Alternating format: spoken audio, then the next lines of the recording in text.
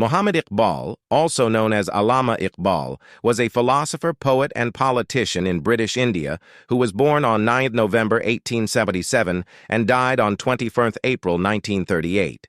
He is considered one of the most important figures in Urdu literature. With literary work in both Urdu and Persian languages, he was also called as Muslim philosophical thinker of modern times. Iqbal is known as Shair-e-Mushriq, meaning poet of the East. He is also called Mufakir-e-Pakistan, the inceptor of Pakistan, and Hakim-ul-Ummat, the sage of the Ummah. In Iran and Afghanistan, he is famous as Iqbal-e-Lahore, or Iqbal of Lahore, and he is most appreciated for his Persian work. Pakistan government had recognized him as its national poet. He has different literary and narrative works. His first poetry book, Asrar-e-Khudi, appeared in the Persian language in 1915, and other books of poetry include Rumuz-e-Bekhudi, Payam-e-Mashriq, and Zabur-e-Ajam. Amongst these, his best-known Urdu works are Bang-e-Dara, Bali-Jibril, Zarbi-Kalim, and a part of Armugan-e-Hijaz, and also Pasche-Bayad-Kard. He had series of lectures in different educational institutions that were later on published by Oxford Press as The Reconstruction of Islamic Religious Thoughts in Islam. Iqbal was influenced by the teachings of Sir Thomas Arnold, his philosophy teacher at Government College, Lahore. Arnold's teachings determined Iqbal to pursue higher education in West. In 1905, he traveled to England for his higher education. Iqbal qualified for a scholarship from Trinity College in Cambridge and obtained Bachelor of Arts in 1906, and in the same year he was called to the bar as a barrister from Lincoln's Inn.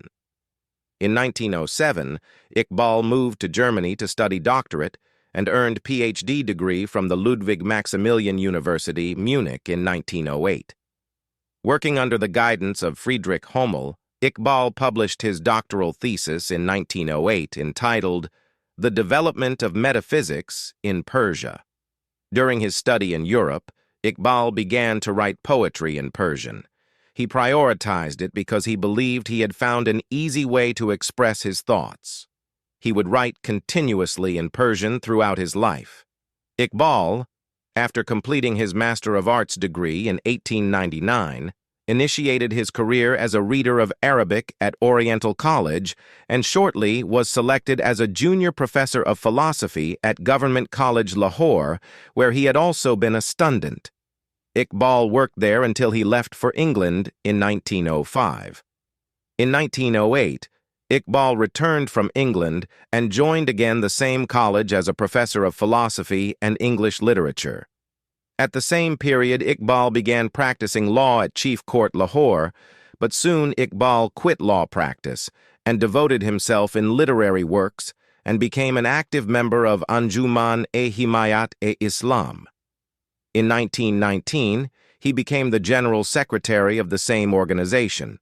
Iqbal's thoughts in his work primarily focus on the spiritual direction and development of human society, centered around experiences from his travels and stays in Western Europe and the Middle East.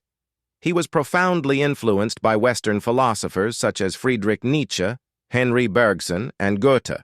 The poetry and philosophy of Maulana Rumi bore the deepest influence on Iqbal's mind. Deeply grounded in religion since childhood, Iqbal began intensely concentrating on the study of Islam, the culture and history of Islamic civilization and its political future, while embracing Rumi as his guide. Iqbal had a great role in Muslim political movement. Iqbal had remained active in the Muslim League. He did not support Indian involvement in World War I, as well as the Khilafat movement, and remained in close touch with Muslim political leaders such as Maulana Muhammad Ali and Muhammad Ali Jinnah. He was a critic of the mainstream Indian National Congress, which he regarded as dominated by Hindus, and was disappointed with the League when during the 1920s it was absorbed in factional divides between the pro-British group led by Sir Muhammad Shafi and the centrist group led by Jinnah. Ideologically separated from Congress Muslim leaders, Iqbal had also been disillusioned with the politicians of the Muslim League owing to the factional conflict that plagued the League in the 1920s. Discontent with factional leaders like Sir Muhammad Shafi and Sir Fazl-ur-Rahman, Iqbal came to believe that only Muhammad Ali Jinnah was a political leader capable of preserving this unity and fulfilling the League's objectives on Muslim political empowerment. Building a strong personal correspondence with Jinnah, Iqbal was an influential force in convincing Jinnah to end his self-imposed exile in London, return to India, and take charge of the League. Iqbal firmly believed that Jinnah was the only leader capable of drawing Indian Muslims to the League and maintaining party unity before the British and the Congress. In his presidential address on December 29, 1930, Iqbal outlined a vision of an independent state for Muslim-majority provinces in northwestern India. "I would like to see the Punjab, Northwest Frontier Province, Sindh, and Baluchistan amalgamated into a single state. Self-government within the British Empire or without the British Empire, the formation of a consolidated Northwest Indian Muslim state appears to me to be, at least of Northwest India." Iqbal was the first patron of the historical, political, religious, cultural journal of Muslims of British India. This journal played an important part in the Pakistan movement. The name of this journal is the journal Tolu-e-Islam. Iqbal wrote 2 books on the topic of the development of metaphysics in Persia and the reconstruction of religious thought in Islam, and many letters in English language, besides his Urdu and Persian literary works, in which he revealed his thoughts regarding Persian ideology and Islamic Sufism, in particular, his beliefs that Islamic Sufism activates the searching soul to a superior perception of life.